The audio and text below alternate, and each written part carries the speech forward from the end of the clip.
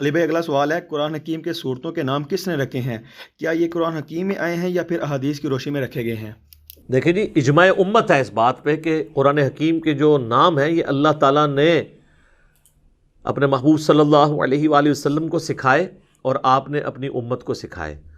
قرآن کی ترتیب بھی اللہ تعالیٰ نے جبرائیل علیہ السلام کے ذریعے نبی علیہ السلام کو سکھائی اور آپ نے امت میں ٹرانسفر کی۔ اگرچہ مصحف کی ترتیب وہ نہیں ہے جس کے مطابق مصحف نازل ہوا ہے، لیکن لوح محفوظ میں اللہ کے علم میں مصحف کی وہی ترتیب ہے جو اس وقت ان دو گتوں کے درمیان ہے۔ اس میں بھی شروع میں سورۃ البقرہ ہے، سورۃ الفاتحہ ہے اور پھر سورۃ البقرہ ہے۔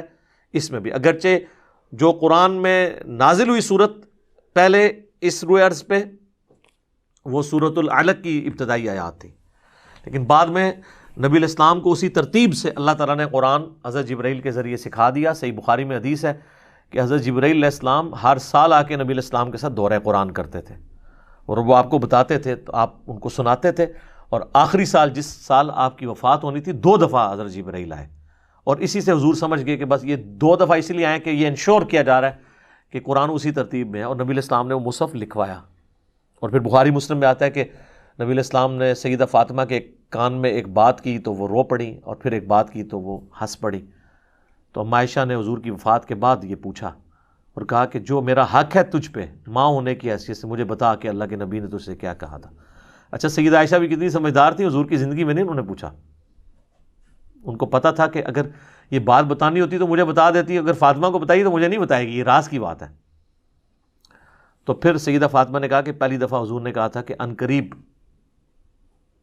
میری موت ہونے والی ہے، کیونکہ جبرائیل علیہ السلام پہلے ہر سال 1 دفعہ آتے تھے، اس دفعہ 2 دفعہ آئے ہیں، مجھے لگتا ہے کہ اب میں اگلے سال باقی نہیں رہوں گا۔ تو اس پہ میں رو پڑی، اور پھر آپ نے فرمایا کہ میرے اہل البیت میں سب سے پہلے میرے مرنے کے بعد تم مجھے آ کے ملو گی، 6 مہینے بعد فوت ہوگی، اور کیا تم اس پہ خوش نہیں کہ تم جنتی عورتوں کی سردار ہو؟ تو اس پہ میں مسکرا پڑی۔ تو نبی علیہ السلام وہی لکھواتے تھے، کاؤنٹر ویریفائی کرتے تھے، سنتے تھے، اور پھر اس طریقے سے یہ سلسلہ چلتا تھا آگے۔ تو اسی میں آپ علیہ السلام نے صورتوں کے نام بھی تجویز کیے اللہ کے بتانے پر۔ احادیث میں تو نام موجود ہیں، لیکن حدیث کا محتاج نہیں ہے یہ مصحف قرآن کے ناموں اور صورتوں کے ناموں کو ڈیٹیکٹ کرنے کے لیے، کیونکہ جتنی بھی صورتیں ہیں نا جی، ان کے جو نام ہیں نا وہ ان صورتوں کے اندر موجود ہیں۔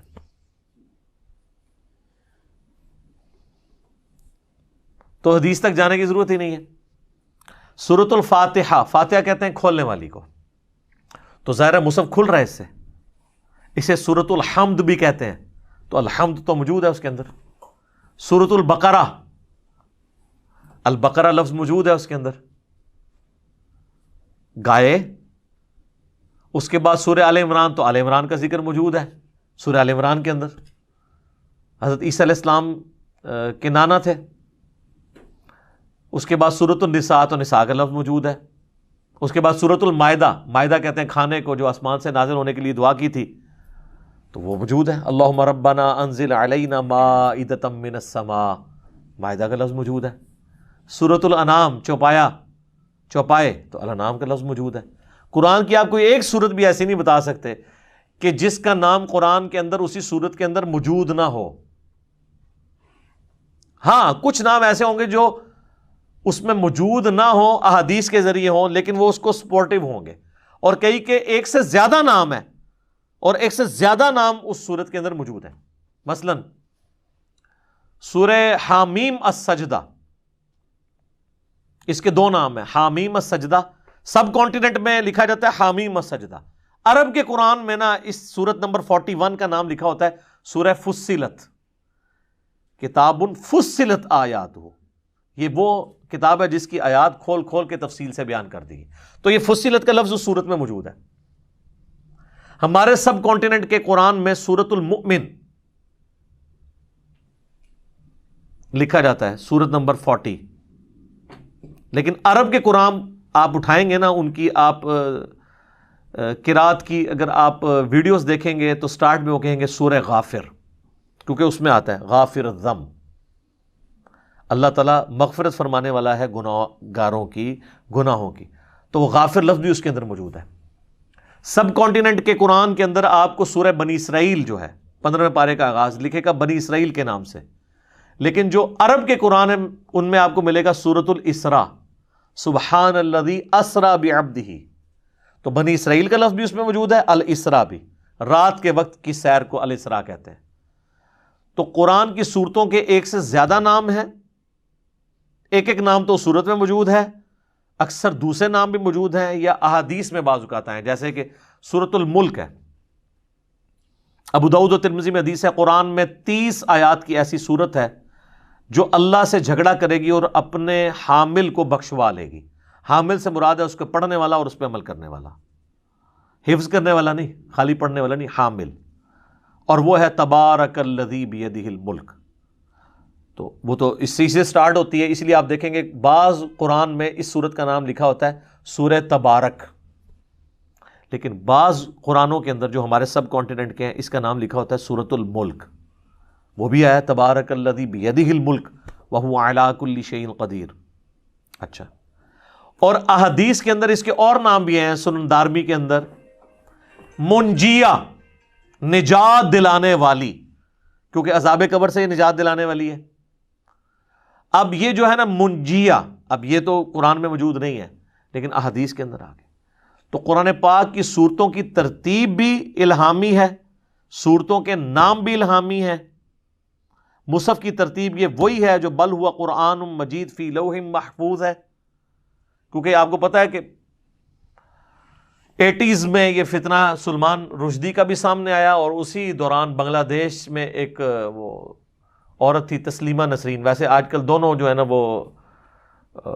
وہ جن اور جننی دونوں شیاطین کو انگلینڈ نے پناہ دی ہوئی ہے۔ تو تسلیمہ نسرین نے یعنی اس وقت یہ مسئلہ اٹھایا تھا کہ یہ مصحف جو ہے نا یہ ترتیب نبی علیہ السلام نے نہیں لکھوائی ہے، یہ بعد میں صحابہ نے اپنی مرضی سے اس کو لکھا ہے۔ اس طرح نہیں ہے جناب، ایک ایک چیز اللہ کے نبی علیہ السلام بتا گئے ہیں، اور بعض اوقات کچھ اگر روایتیں ملتی ہیں نا، ان روایتوں کے ذریعے یہ کام آپ نہیں کر سکتے، کیونکہ قرآن تواتر کے ساتھ نقل ہوا ہے، اس کو کوئی روایت مشتبہ نہیں بنائے گی، یہ ذہن میں رکھیے گا۔ قرآن جو ہے نا روایتوں کا محتاج نہیں ہے، ایون اپنے لکھے ہوئے کا بھی محتاج نہیں ہے، یہ نسل در نسل مسلمانوں نے ٹرانسفر کیا ہے حفظ کے ذریعے۔ اس لیے آپ دیکھیں گے جو پاکستان میں قرآن چھپتے ہیں نا، ان کے اینڈ پہ 5-6 حفاظ کے سائن ہوتے ہیں، ہم نے حرف بہ حرف اسے پڑھا اور یہ اغلاط سے پاک ہے۔ اس میں یہ تو نہیں لکھا کہ ہم نے اسے حرف بہ حرف ٹاپ کاپی میوزیم جو ٹرکی ہے اس میں رکھے ہوئے مصحف یا رشیا میں رکھے ہوئے مصحف سے کمپیئر کیا، نہیں، وہ کہتے ہیں ہم نے پڑھا یاداشت کے ذریعے۔ تو نسل در نسل اس وقت بھی ملینز کی تعداد میں حفاظ موجود ہیں دنیا میں، آپ مصحف دنیا سے ختم بھی کر دیں، حافظوں کے ذریعے ٹرانسفر ہوگا، کیونکہ پروف ریڈنگ ابھی بھی حافظ قرآن کرتا ہے۔ تو یہ اللہ تعالیٰ نے قرآن کی حفاظت کا ذریعہ حفاظ کو بنایا، اور اجماع اور عملی تواتر سے ٹرانسفر ہوا ہے، دنیا میں کوئی دوسرا قرآن نہیں دکھا سکتا۔ یہ بعض اوقات کہتے ہیں نا جی فلاں جگہ جو ہے نا فلاں والا جو نسخہ ہے اس میں یہ یوں نہیں یوں ہے، بھائی نہیں، عرب سے لے کر عجم تک، مشرق سے لے کر مغرب تک، شمال سے جنوب تک مسلمانوں کے گھروں میں جو قرآن ہے وہ یہی ہے۔ اور یہ اکثر لوگ کہتے ہیں نا جو سازش ہوگی، کوئی صورت بنا لیجیے، وہ ایک جعلی قرآن بنا کے، وہ چھر کریں جو مرضی اپلوڈ کریں، سازش ہو ہی نہیں سکتی ہے، مسلمانوں میں ایکسیپٹیبلٹی نہیں ہوگی۔ یہ سازش ہونی ہوتی بہت پہلے ہو کے کامیاب ہو گئی ہوتی ہے، اگر کوئی کر بھی رہا ہے تو اسے کوئی فرق نہیں پڑتا۔ قرآن تو نسل در نسل ٹرانسفر ہو رہا ہے حفظ کے ذریعے، کریمنگ کے ذریعے۔ تو اللہ تعالیٰ نے اس کی حفاظت کا ذمہ لیا ہے، انا نحن نزلنا الذکر وانا لہ لحافظون، بے شک الذکر، اس یاد دہانی کو، اس قرآن کو ہم نے نازل کیا، ہم ہی اس کی حفاظت کرنے والے ہیں۔ تو اللہ تعالیٰ نے اس کی حفاظت کا ذریعہ بنایا، آپ کو ٹینشن لینے کی ضرورت نہیں ہے، قرآن پاک انشاءاللہ تعالیٰ محفوظ ہے۔ اور یہ جو اللہ تعالیٰ نے ایسا سسٹم بنایا ہے، اب تو خیر یہ اتنا سلسلہ ہو چکا ہے، اب تو ایون کلمی نسخے بھی آپ کو جو ہے نا وہ سافٹ کاپی کی فارم میں مل جاتے ہیں، تو لہذا کوئی اس میں داخل ہو نہیں سکتا۔ اللہ کا شکر ہے، الحمدللہ۔ ٹھیک ہو گیا جی؟